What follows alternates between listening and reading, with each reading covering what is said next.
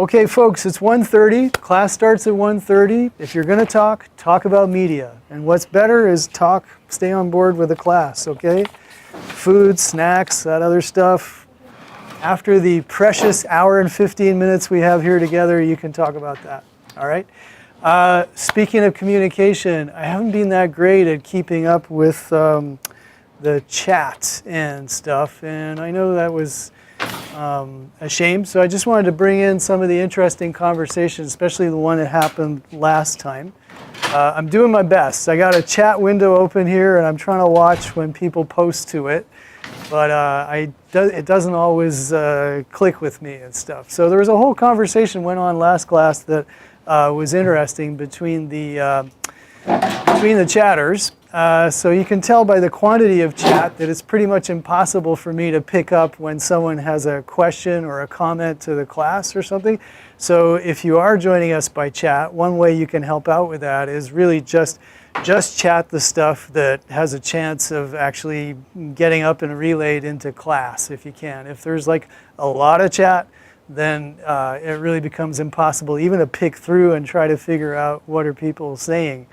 Anyhow, Araceli had said something a couple of classes ago, and then she brought it up again last class. She said, whenever I hear helicopters flying around in Oakland, I look to Reddit for info because there is never any immediate news offered locally ever. And that was interesting. Somebody else in the chat came back and said, well, if you look at newspapers, radio, television, they never did give very local news like that anyway, in terms of like you heard something down the street, what's going on. So really the recommendation was the best bet for that type of news is to go to a hyperlocal site. Where are they here? One of them is the social media neighborhood thing. What's it called? Nextdoor. My wife is on it constantly, and God forbid you find out about every single little policing activity right next door. You have, our response is being like, wow, how paranoid should we be? And there's a couple of other hyperlocal sites that are mentioned here, if I could find it. As you can see, there's so much stuff here to find. Neighborhood news, as we go down. Hoodline, there you go. Hoodline as well deals with particular neighborhoods. So that's probably your best bet for getting local news about what's going on right away. But the point was, journalism didn't just all of a sudden drop the ball. Journalism never did that. And in fact, what we have is now some neighborhood sites which try to do it. Are they factually accurate? Not like journalism is. Nick, you had your hand up. What about El Tecolote? Community newspaper down in the Mission. Yeah. You think they would report on any sound that Araceli heard out of her window, or? Probably not, on the right? On the website. Yeah, I doubt it. But they probably have like hyperlocal news, which, by the way, when you're thinking about what news stories you're going to write for this class, hyperlocal is great, right? I don't think anyone has contacts in Washington, but next week I'm going to start asking you to think up a couple of news stories that you yourself can report on, right? Either somebody doing something interesting or some interesting event happening in your neighborhood, or in just an event where the people who are going to be involved in it are accessible to you. So that'll be one of your first assignments, is to find a couple of story ideas. And then once we sift through those, I'm going to ask you to interview some people about those ideas. And then I'm going to ask you to write a series of scripts, a radio script, a television script, a web script, all based on your original reporting, right? So it's going to put a lot of, first-hand opportunity to do things like fact-checking, interviewing, and all the rest of it, right? So right now we're still talking kind of in the abstract, but that was there. Let's see, what else came out in chat as well? Shannon was talking about SFGate because somebody was saying, well, SFGate doesn't seem to be very reliable. And Shannon was mentioning that this is Shannon Cole, not Shannon Beverly, who's with us today. Shannon Cole hopefully is on streaming or something. Always great insights. So anyhow, Shannon Cole was saying, well, SFGate is an aggregator. It's not a site which necessarily does original reporting. They don't send out reporters to cover a story, interview people. They take other news reports, aggregate them, and put them up there. So that is, of course, owned by the Hearst Corporation that also owns the Chronicle. And the Chronicle used to be SFGate, but they split them apart so that now the Chronicle is really an online newspaper with actual reporting and fact-checking. And SFGate is more of an aggregator with, news, entertainment, schedules, stuff like that.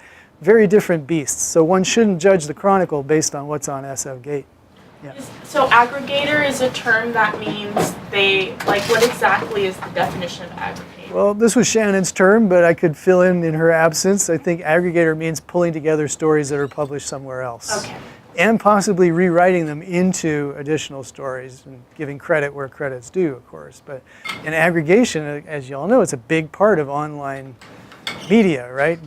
Quote unquote news media is a lot of people are working off of other facts that are out in the mainstream media and doing their own number on it. So that's it. We also had some discussion about the flat earthers and stuff, which was a bit of a sidetrack last class. And I think that was it. PsyOps, right, Brian? We had the PsyOps thing in there. All right, yeah, that was about it. So, again, if I don't get to you during class, and I hope I will be able to, I will try to recap a little bit about what was said online at least. Can't promise it's going to be very interactive. Right now, it's not all that active up there either, which is easy to handle. Cool. Okay. So so much for chat. Off that goes. So back we are in the course, and I just wanted to look ahead at scheduling. Today I'm going to give you an extra credit assignment for those of you who want to do it. It's going to be about fact-checking. And if I go a little bit further into where the heck is our schedule? It's in the syllabus, right? Or have I got it down here? I have it here too, so cool. Looking ahead after the big Labor Day weekend, and I hope you all enjoy the warmth and stuff. We got that fact-checking extra credit assignment. And the week after, we're starting to write radio scripts, things that are called readers and wraps. Those are very short news items, 30 seconds, 45 seconds. We're learning to write them in format for the radio. We're learning to write them conversationally with an active voice. And we're also basically taking the facts out of newspaper articles at that point. So that exercise is going to be an exercise, not original reporting, but just writing. And then as we go on ahead, the two story ideas that you'll be reporting on originally are due for the week after. So we're getting into the work of it. So that will be refreshing. It'll also ground our conversations in basically some actual work, like what we're trying to accomplish. Because we're just going to be media producers trying to do the best possible job. So last class we talked about some, we overviewed as best we could the sort of state of facts on the internet and in journalism. We talked about some techniques that we'll continue to talk about today in terms of how to make sure that your reporting and writing is factually accurate, right? So building on what we talked about last time, I just wanted to share with you this thing that's online for you, which is a fact-checking tip sheet from Youth Radio. And you know that they're an amazing organization in the East Bay that gets their stuff on KPFA and does original reporting. These are young people. And this is their fact-checking guide, which, as you can see, is actually adapted from another source. But so the types of facts that they're asked to verify, these are teenagers before their stories go on air on public radio. Proper names and titles, so we saw that before. Place names, all right, we also saw the importance of that. Numbers and statistics. Everyone points out it's really easy to mix up millions, billions, and trillions, and you sound really silly when you do that. So it's advice about checking that out. Also, if there is any kind of mathematics in your stories based on, to do your best to check those out. And of course, we also talked about ages. If someone, the age of, so if you're saying they're 89 years old, check their birth date and see that they're actually 89 years old if you can. So down here, for instance, it says people mistake millions, billions a lot, right? Contact information listed in a story. So if it's a phone number, call it, make sure it works. If it's a website, go there on your browser, make sure it actually is the correct website. Ages there. And this is interesting advice. In terms of age, they say ask sources for their birth date, not their age. That way, if a story runs at a later date, it's easy to correct. So that's cool. References to time, distance, date, season. Okay, so just check those out. Be careful if you're saying that this summer that it actually is the summer season and not spring, and just you got the date wrong or something. Physical descriptions. Remember to take photos as you report. Even if they're not for publication, they'll be good for physical descriptions of people and places. So that's good advice. Because, especially in radio, there are no pictures, right? Or maybe you'll post pictures to the station website eventually. So that could be useful just to snap pictures, but also as reference for, when you have to describe what that intersection looked like where, the accident happened or something, you'll have a panorama picture of it would really help. Okay, watch your gender pronouns now, just to be respectful to everybody and how they would like to be identified. Quotations. Okay. You don't need to reread the line to the source verbatim. Ask about general content and context. So as you're gathering quotations, best thing to do is to record on your phone if you can. Reporters used to be like, great stenographers, shorthand people. But it's so much easier now to record what you got. So get that. And when you are going to go for publication, that means that it's less critical. You don't have to call them up and reread everything to them. If you have a tape, you've got it necessarily. But be careful about citing people out of context. That's all, which is a well-used trick for misleading people in their stories. In other news stories or whatever you want, is just take the quote out of context, and some people can sound really bad, myself included, if you just take a little snippet of what somebody said. So you're responsible, even when you're quoting somebody directly, to try and give the context accurately so that that quote, to your best of your ability, is presented the way that the person telling it to you meant it to be understood. I know there's differences of opinion and stuff, but you got to work to do that. And I say the same thing about term papers that I get in other classes. You can always cite a sentence out of somebody else's book, but the challenge is you got to make that sentence. You got to present the idea with that sentence as accurately as you can. So you will be using quotes in in your radio readers and raps, and in the stuff that you write, you'll be using quotes all the time. So. Part of, for instance, you'll go out, you'll do an interview, you'll record the interview, you'll run through the interview and just find the sections which you feel are useful sound bites. Transcribe those, but as you do that, be sure that you have a clear understanding of what they were telling you so that your sound bite will have a context. That's all. Any arguments or narrative that depends on fact. So the best places to go for those are sources of information that have been vetted, maybe by other news organizations.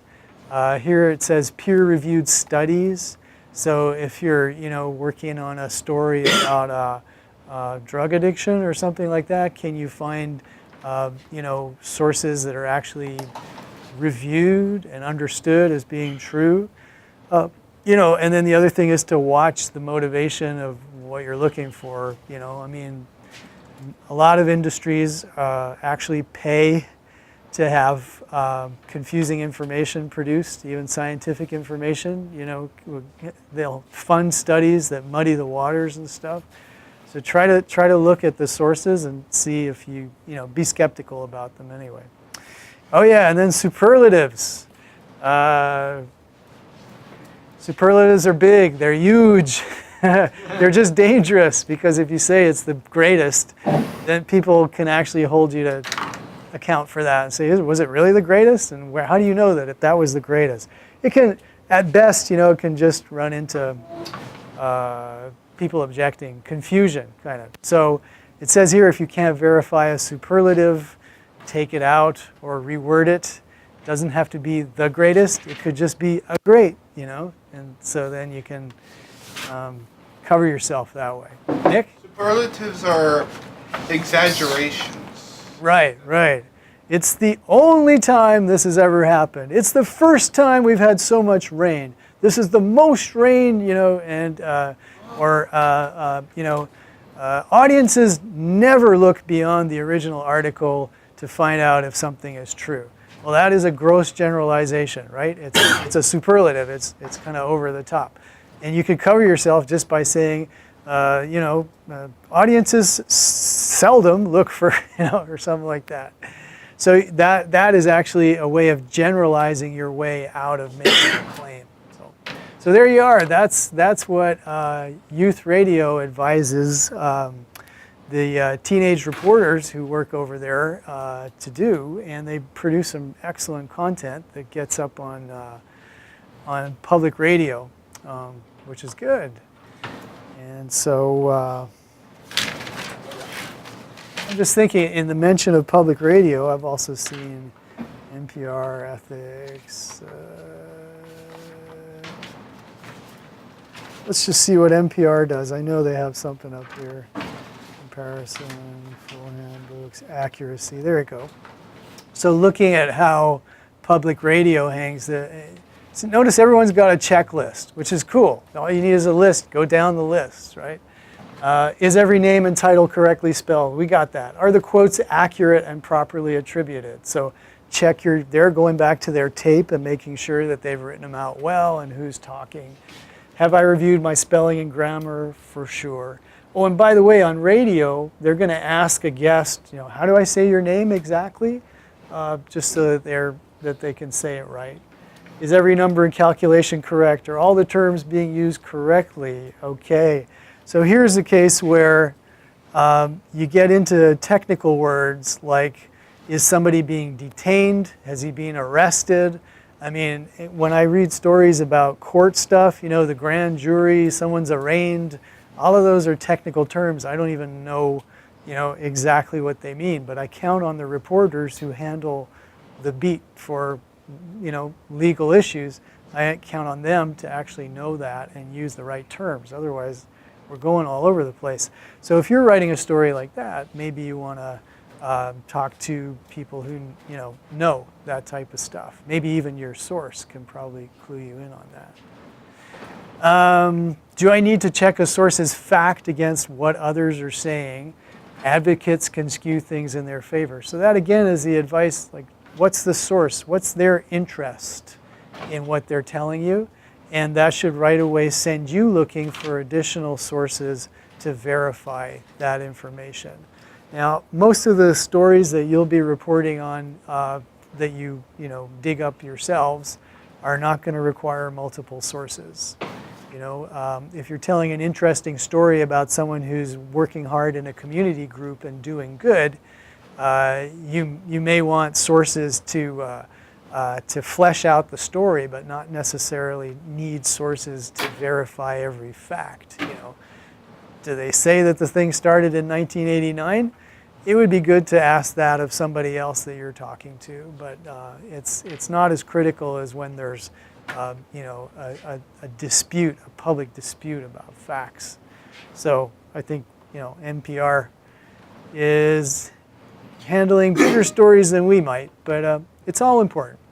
So any thoughts about both of these? There are more checklists out there, but you can see a lot of them say the same thing. So I think we're on to a useful set of procedures. It says accuracy checklist. I think they spelled memo wrong. Oh, that's because what's the name of the head of the ethics department? Their name is something like Memento or something like that. So good point. But however, why would we know that, right, JP? So good point. NPR You're not looking very credible when you misspell memo. Yeah, but I do remember that they're ethics expert. I saw the memo. It set it up in another list too, like memos, minutes. Yeah. Okay. Something like, yeah, there you go. Memos, memots, missives, and musings. All right. Let's talk about alliteration. Okay, cool. So that's the story. But good point, JP. We're supposed to evaluate websites by looking at how well they spell is a good indication of whether they care about what they're putting up there. So that's cool. So awesome. Well, let's just look at a little example then. Where are we? I have this example in here.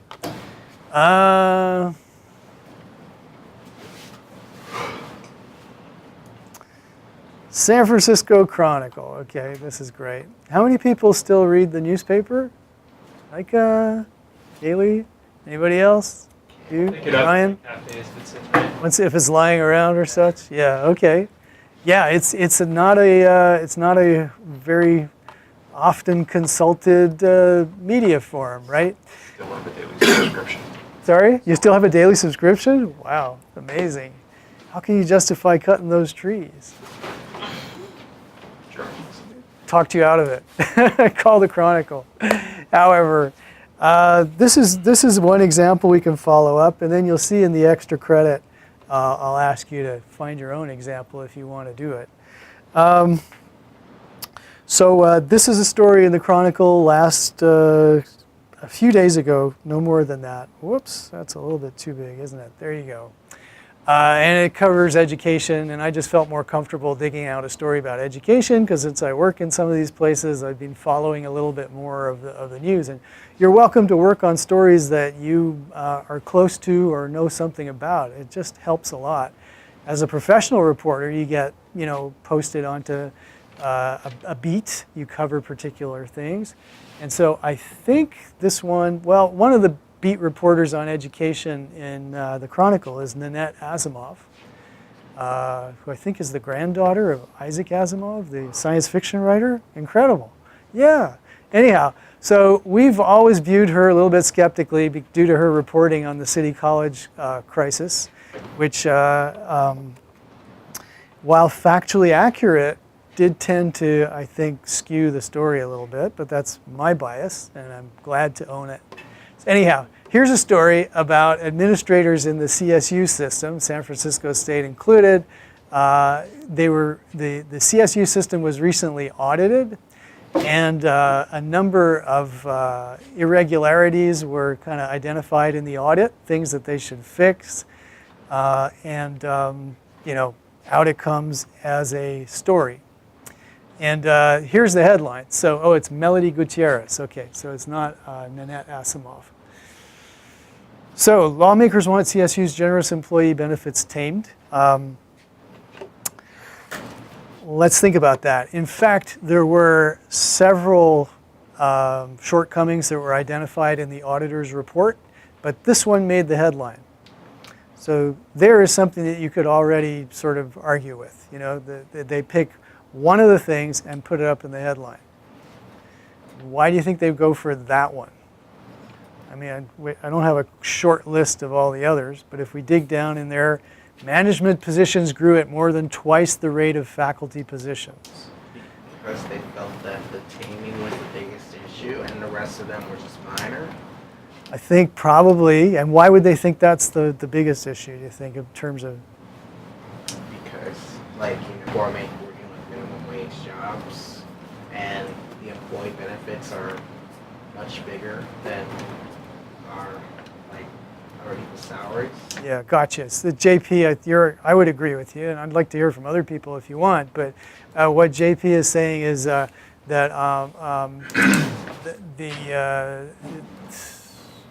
that people reading this will probably think that the benefits at the university are way too highly paid, and that perhaps they're feeling like they're underpaid versus those employees. Does that sound like potentially why they might pick a headline like that? I agree with JP, by the way. But Yeah, Shannon? Yeah, I mean, I also thought it's kind of eye-grabbing if you don't know too much about the situation. You're thinking, oh, why would they want to tame down employee benefits, was my first thought. But I'm not aware, like, I'm not tuned into what he was talking about. So I would think that they chose it because it's something that anyone scrolling by would be like, wait, that sounds like, it's eye-grabbing. It's eye-grabbing for sure. And that's the point about headlines, is to grab people's attention. And there's nothing wrong with that. If you want to keep your readers, you're going to want to have headlines that keep people interested. Right, and I figured out how to articulate better what I was Go ahead, saying. shoot. So it took me a minute. So it's one of the issues that people are more likely to have a strong opinion on. Yeah. So you can say, this amount of people have fluctuated so much, but taming employee benefits is something that people will feel pretty strongly for. Yeah. It connects more perhaps with the everyday concerns, and I think JP was saying that too. You guys, you did find a great way of saying it. Nika?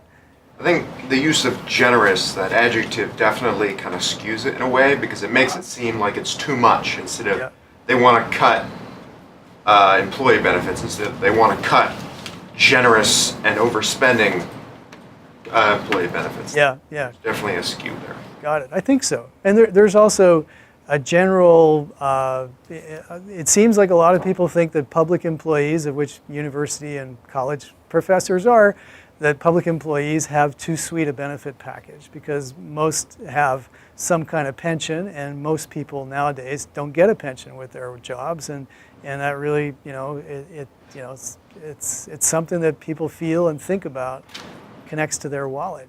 Ryan, did you want to say something? No? Nika has a follow-up? But you never see those people complaining about football coaches' salaries. True, because those are uniquely talented individuals. They're easily the highest state-paid employees. What I found, they are, yeah, because they're on payroll at these universities and such. Yeah. Well, the particular, because this is based on the audit, right? On the actual audit, like how they write this is the auditor publishes the results, of their audit, and then these guys read it, the journalists read it, and follow up with questions and asking for, more elaboration. Anyway, when you look at it, again, there's a little bit of cherry picking, I'd say here, in that the expense, the benefit that they talk about that everyone wants to tame is a $104,000 moving fee for the president of San Jose State University. So that's a lot of money, right? But of course, if you generalize that across the whole system, it sounds like, well, everybody's getting a free-for-all, whereas I can assure you, nobody gets any, at the lower levels, the benefits don't look that good. So it's kind of picking your most flagrant example and then putting it out on the whole community. Sort of everybody there gets these generous benefits. We've got to stop that. All right. So while this is certainly, it's a fact that much money was given to the president, it's a fact, that all of this is factual. However, you're still cherry picking facts and creating a certain kind of view there, which is, it's a story, and it's going to have a point of view. I think that's something, I don't know her name. What's your name? Shannon? Shannon said last week, and I think it's true. I think no matter where you work for, and no matter how unbiased you try to be, everyone has a unique perspective on the world and the way things work based on what their life has been. So every story is going to kind of have a viewpoint that goes in one direction or another.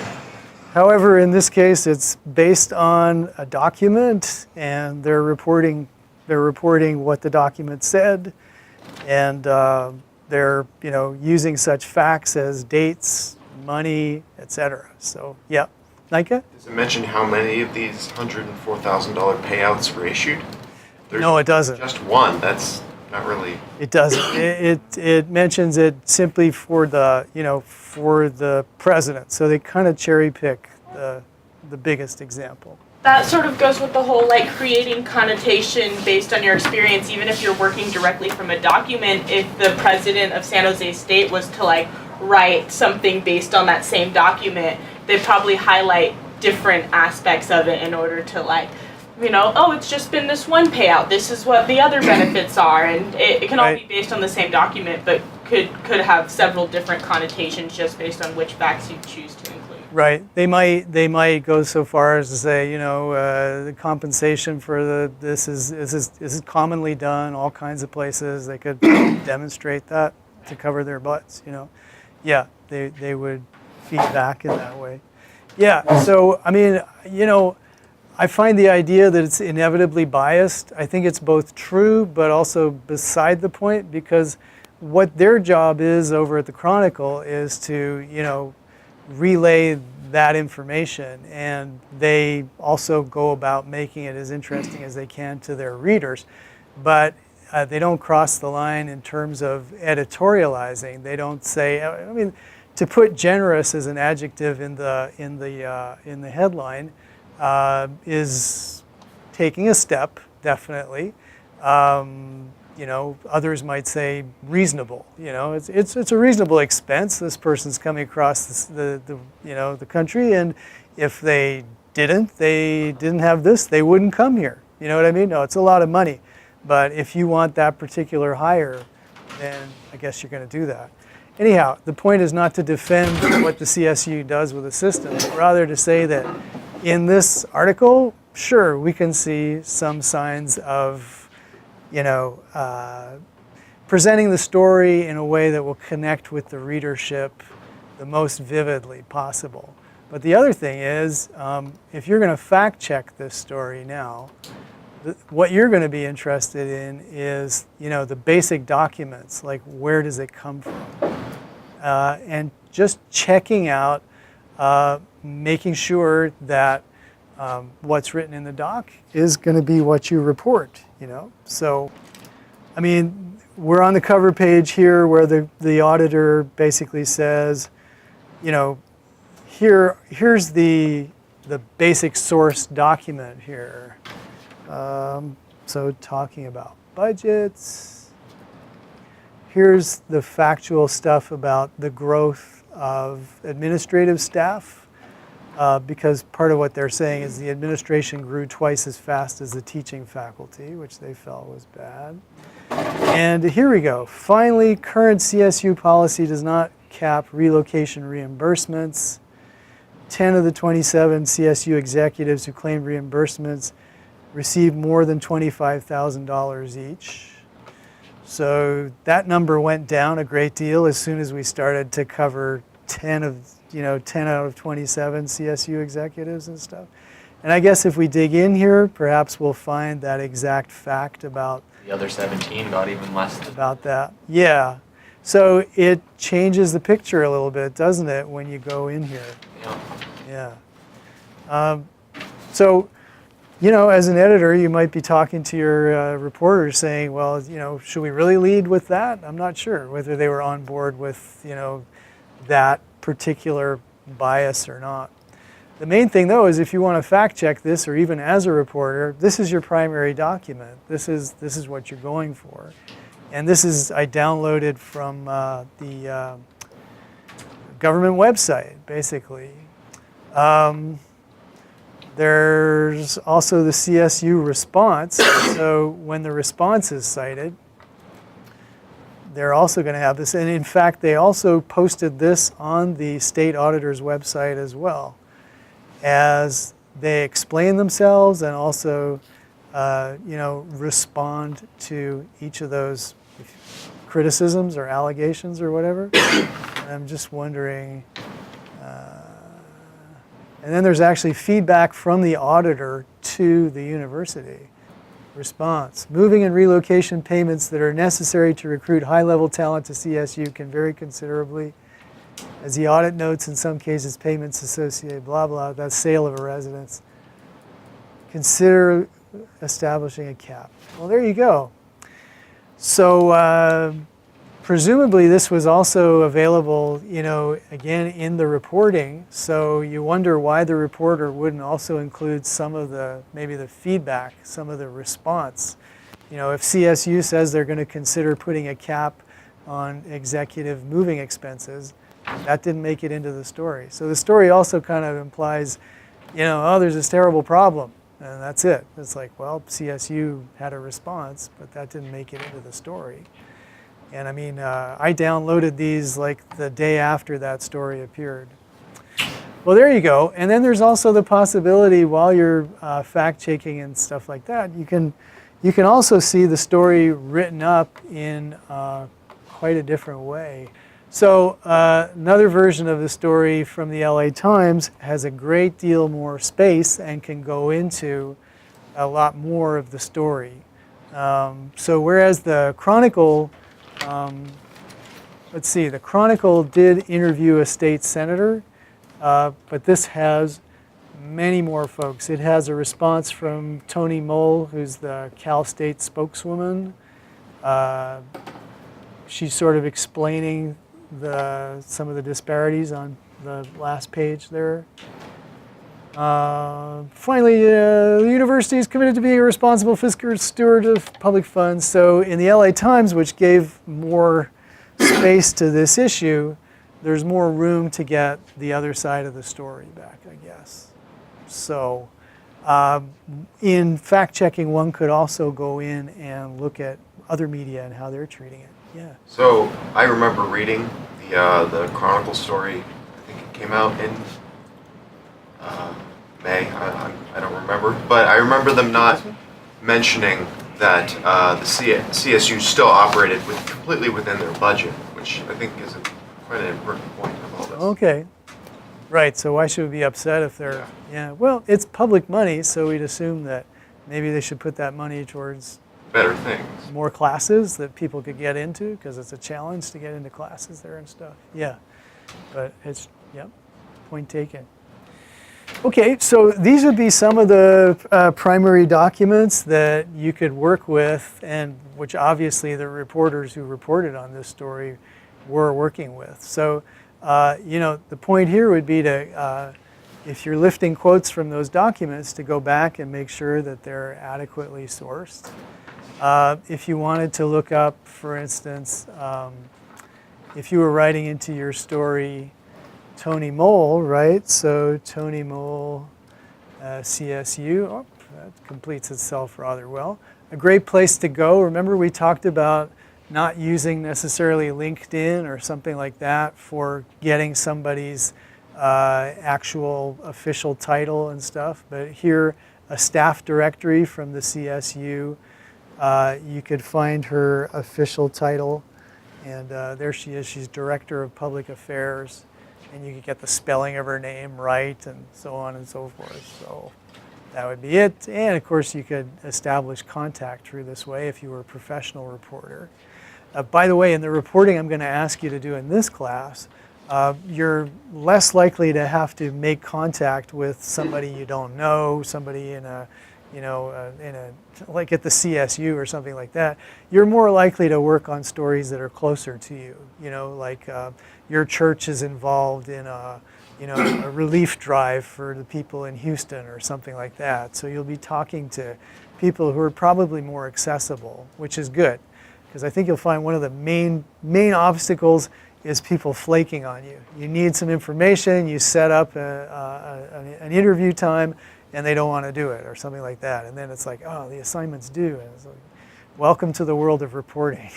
That's a problem. Kyle. How long are we going to have for this project? Well, it's a series of projects, right? So in 2 weeks, I ask you to come up with 2 stories. And then I think you have, in the next week, we do something different. And then the week after, you have to have interview questions. And then the week after that, you have to have a radio script. And then a couple weeks after that, you have to do it as a TV script. And then you have a couple weeks break, and then it's like a web story. So it's the same set of facts. It's the same story. You're just coming back to it and rewriting it and adding more information, but over the space of a good 8 weeks or so. So to get like the initial write-up where like the interviewing's kind of done and the fact gathering is kind of done. Right. That That 2 weeks from now? That exact, no, it's a little more than that. That exact date would be when the radio feature is due, so that is October 10th. Yeah. So you see, before that, I'll ask you for your questions, and somewhere in here you've got to do that interview. Okay. So you get 2 story ideas on September 19th, and then you give me the questions the week after, and then you got a week off as you struggle to get them to actually talk to you and figure out what sound bites you like. And then in that week of the 10th, it's due like a script with that stuff incorporated in it. And then as we go further, there's a little TV thing here, but then this is the same original report. What I found works really well about this, it gives you a chance to sort of recalibrate, and you're learning about how to write for a different medium at the same time as you're like checking your facts again and maybe getting a second source on some stuff. And so it kind of builds out. So in past semesters, it's been a manageable thing without being crazy, because you really are only following one original story. But imagine, like if you're a broadcast journalist, you're doing one of these a day probably, maybe more than one, maybe a big one every couple of days, But typically what would happen is you come in to work at like 8 or 8:30 or something, and there's an editorial meeting, and they'll tell you, okay, today the auditors, published their report. You're on it tonight at 6. We need like 60 seconds on that. So then you got to go dig up the report, find out who could give you a comment on it, call them, talk to them on the phone, get a comment. If this is bigger, if it's a package, if you'll actually have people interviewed on camera, you got to get a videographer and book that and go out so that at noon you're out there to do an interview and shoot some B-roll, shoot some pictures, and then come back at 2:33 and edit it. So that would be the pace. So we're moving at a slow pace and looking at each little part, individually. And we're starting with fact-checking, which is really something that you'll do after you come up with a draft, but to really emphasize that, you should be working on stories about real things and doing your best to report what's going on. And for sure, you're going to have your opinion on things. I think it's great if a church gets together and starts raising money to help people in Houston. I just think it's good. Some people might not agree, but my story will sound like it's a good thing, So that's it. There's inevitably going to be bias. But if the fundamentals are there, if you're reporting the actual things and you're interviewing the people involved and you're getting their names right and the dates right and the amounts right, then a little bit of bias is not the most important thing about it. So, well, let's look at this extra credit, right? So I was talking to you about what's going to be happening in a couple of weeks. But what we could do right away on this is a little extra credit assignment here. Oh, yeah, right. I can never... Wait, so we're... Go ahead, JP. Yeah. I'm just... You said we're going to do this in a couple of weeks. No. You see, okay. Here we go. I understand this is confusing. So let's go back to the schedule. This is what I'm talking about, which is due next week. Oh. Fact-checking, extra credit. Okay, so nothing to do with the other stuff that is all about original reporting. All right, so I do expect us all to, but that's why we have a schedule, so we can get back on it. So let's take a quick look then at I guess one of the things I'm not liking about Canvas is that it won't display an assignment just the way I want it. So where is it? Until I go to Student View. And then I'm going to go to the fact-checking assignment. And it's a lot like what we just talked about. So if I open it up big time, here it is. It says 0 points there because it's extra credit. Exactly. Thank you. So the extra credits in here, I put 0, and then I just add points on top of your actual grade that you're doing for everything else. So for this activity, you will demonstrate how a fact checker might go about verifying a story. So you don't actually have to fact check the story, you just have to talk about how you would do it if you were fact checking a story. So it says, find an objective news article in a reputable newspaper like the Chronicle. So we're not looking for some commentary or something. We want to find an article just like I had, which is reporting on something with facts. Okay, it's not first and foremost opinion. That is at least 300 words long, which is like they're all about that or more. Cut it out or just copy it. And it says here, don't use a column, an editorial, a feature, or a sports story. What do you mean by copy it? Okay, so copy it just means like from their website, copy it and paste it into a Word document if you can. So that the text is right there in your assignment. See what I mean? Command C, like actually copying and pasting. Or just hit download or something. It's got to be something that you can write on, that's all. Okay. My goodness. Let's go to the Chronicle. Really? How come? Because just copying and pasting a document. Well, the idea is that it gives you a chance to actually work on it. In other words, like here, it's hard to look in too much on this. Anyhow, copy, paste. See what you can do. See what you can do with this. Underline every detail in the story that a fact checker should be able to verify. Details include data, descriptions, assertions, quotations. So that's why I would like you to copy it so that it's in a form where you can actually underline. We looked at PolitiFact, a video on PolitiFact last class, and we saw him checking off line by line everything, every line of his story. He checked off as he knew that he was factually solid on each of those lines, right? So here, underline every detail in the story that a fact checker should be able to verify. So the names, the positions, the places, any math that's there, and then get into finally what are some of the others? Those things that we've been talking about. Use the checklist that we just gave you early in this class. So then on a Word document, create the heading, facts that can be checked. Underneath the heading, number all the details from the story that could be checked. And then create another heading, so another column, process of fact checking. And then write number 5 or number 1, 2, 3, 4, and 5. Let's say, I can't write on the board with that. But let's say number 1. Tony Mole, spokeswoman, CSU. Okay, so that would be 1. And then underneath the next, in the next heading, it's like number 1. I would check CSU website for Tony Mole's name and position, okay? That's pretty much it. So be as specific as you can about that.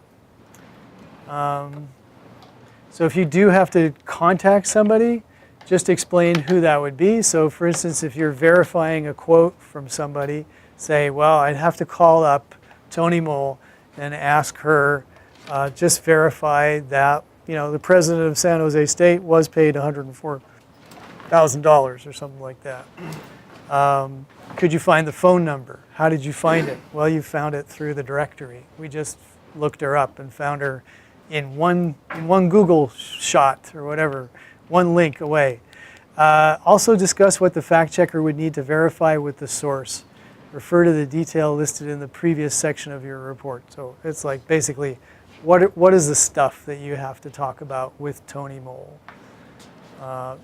If a fact or figure needs to be verified, dollar amount, etc., discuss where a fact checker would go to get the correct information. So let's say the $104,000, where did that come from? I took a guess that it comes from the auditor's report. So go looking for that and see.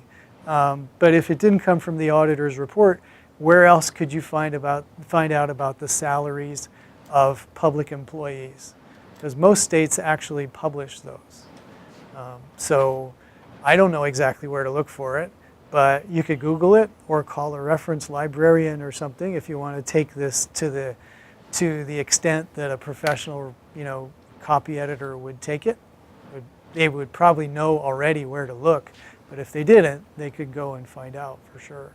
So just find that out, like where can you find out about salary or compensation for a public employee after you check something like a document like the auditor's report or something like that. Okay, so obviously you can drill down super deep with all of this, or you can not go too deep.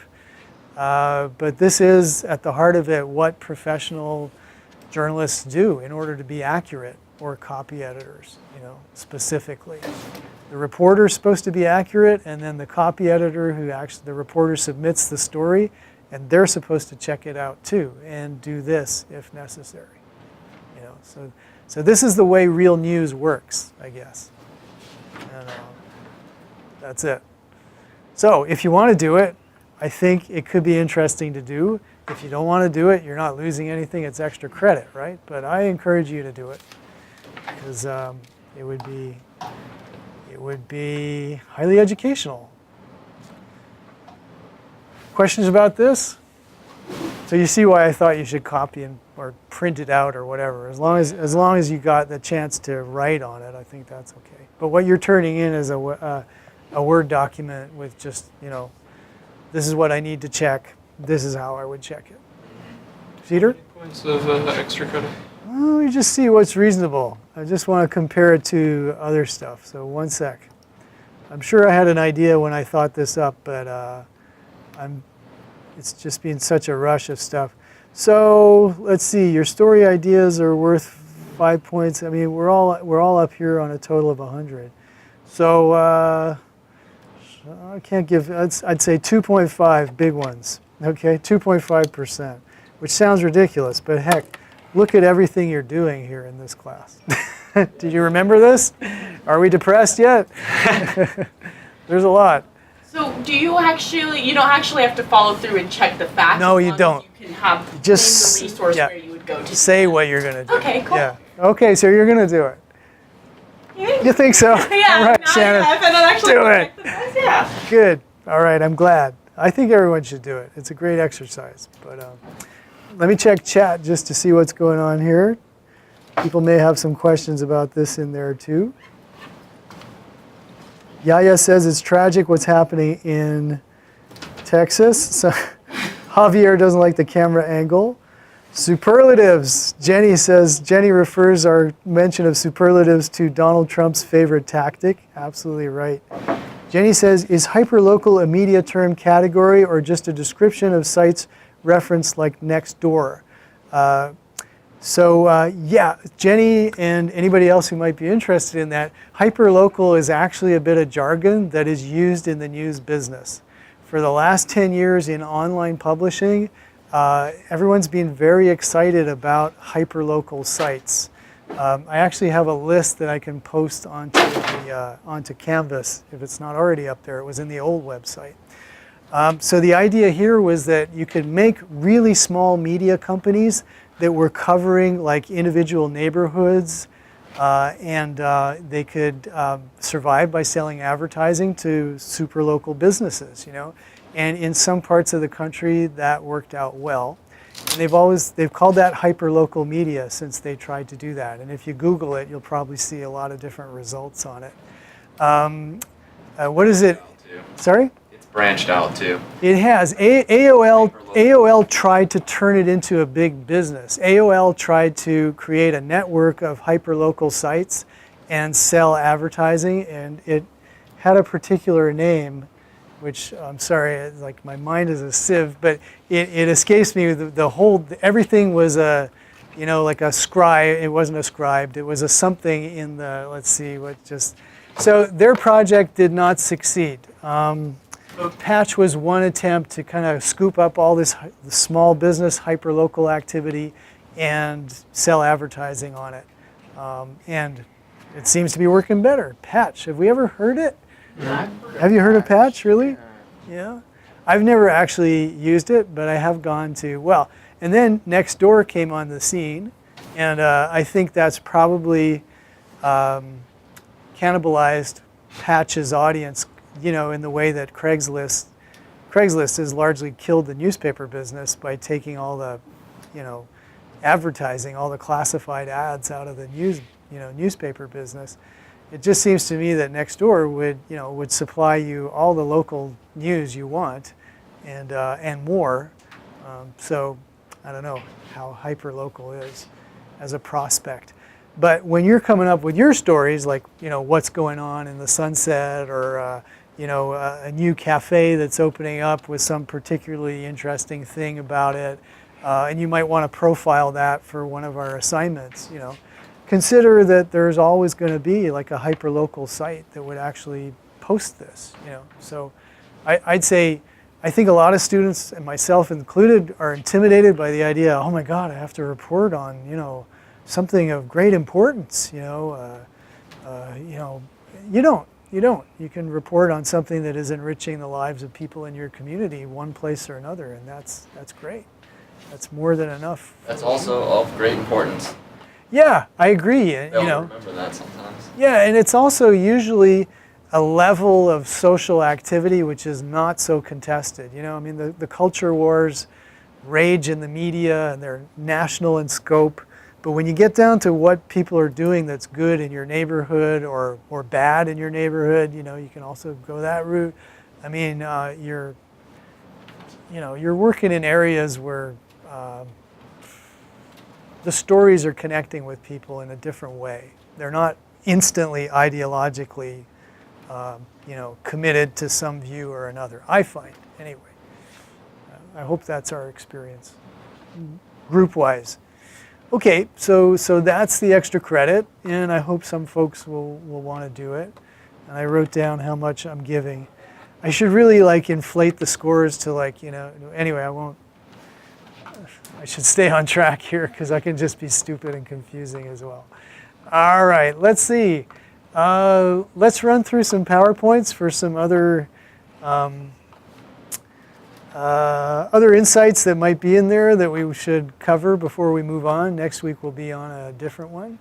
So let's play from current slides. So, you know, the first half of the chapter deals with the nuts and bolts of the fact checking, like we said, down to the names of people and stuff. The broader issue here is also just trying to keep you on track, trying to keep honest. Stick to what people said. So, you know, you always want to tell the most engaging and best story you possibly can. And it is tempting to put words into people's mouths to confirm your hypothesis or your point of view as you go in, or to just, you know, close the loop. You know the person you were interviewing was trying to say that, but they didn't quite get there, and it would be great for your story if they did, but don't make anything up. Okay, stick to what people said. And it's really tempting. I still remember, like 20 years ago, crossing the line in some research I was doing in the university, and, you know, sharing that, and people saying, they actually said that? Wow, that's amazing. And then I went home and I felt so ashamed that I had fabricated even a little bit and misled people. It's not worth it. It's not worth it. Shannon? There was this guy that his entire career got ruined because he wrote that book about Bob Dylan, and then just like, he wrote a book about Bob Dylan and just like fudged some of the quotes a little bit, threw some stuff in there to spice it up, but someone wrote an article calling him out about it, and it destroyed his like entire career. Wow. He did an apology that was like they had like a live stream Twitter behind him, and just like brutalized him. Oh, people were like basically like putting abuse like right up there. Yeah. Wow. There was on This American Life, which is a great NPR show, they put up a story which was about child workers in Apple factories in China, and it had started as like a one-man show, and but the guy presented it as fact, as though he'd been over to China, he'd actually seen this, he'd seen kids coming out of factories for Foxconn, which makes Macs and stuff. And they unraveled it, and it turned out that it was actually false. And they even found the interpreter that he worked with in China, who said, "I never saw those things." And then it, it practically brought down a big NPR show and they had the same thing. They put him on the air, and they just grilled him on the air, like, "Why did you do this?" And he was saying, "It was such a great story. I couldn't resist, and my show was like so loved, and then I was like." Say only what you know for sure, so don't make anything up, and then also be sure that you know what you're talking about. It says here, okay, avoid hyperbole, another word for superlatives. So starting with absolutes always gets you in trouble, and that's an absolute. It always gets you in trouble, but some absolutes are more true than others. Find more than one good source for key facts, and so. What's a key fact? That's what your story really depends on. And it's also, if you're working on something that's controversial, everything becomes a key fact. Your awareness of the story is important. If these are things that some people strongly believe and others don't, you really owe it to your readers to go and get both sides of that story. Or if there's more than two sides, to go and get more. Okay, so get sources for key facts, get multiple sources. If they agree, fantastic, you're on solid ground. If they don't agree, you have to work into your story an acknowledgement that there's not agreement on this, which is, it can be done easily, but you need to do it. And again, you may feel that the stronger story is the one that, hey, this is just true, slam dunk, that's all there is to it. We have determined this is the case. But, the truth is more complicated than that usually, and so you've got to be able to show that. Yeah. And then hoaxes and myths, watch out. It's easy to get sucked into something. So you need to dig deeper than a quick web search or a short tweet before you put your reputation on the line. So digging deeper, looking at those, we talked about credible documentation, sources, or calling people up. And Shannon, in the online discussion, Shannon Cole also had a good point about another thing to verify is, you're going to a website with information. Is there any contact information on that website? Is there an address? Is there a phone number that you can contact them at or something like that? So if you're going off what seems to be something solid, but it's on a site, can you make contact and follow up that way? If there is no way to make contact, it's a sure sign that something is fishy, as Shannon told us online last time. So a lot of great stuff coming in chat. I wish it was also coming in class, so do our best. So to sum it all up, accuracy matters most. As we said, even if you're ruining what seems like a beautiful story, it's better that you be true and accurate rather than narratively beautiful in what you're doing. Look it up. So it's going to involve some research, some contacting of people, possibly, and people can be cruel, so watch out for being misled. Where's the web quiz for this week? I think did we go through any this time? No. No, okay. Let's do immediate feedback. Something is the most important aspect of your job, regardless if you were publishing a newspaper. What would that be? Accuracy. Accuracy. Submit. Yes. Cool. What's up next? Something is a selective process which allowed media officials to determine what people would and would not see. Gatekeeping. Submit. Yes.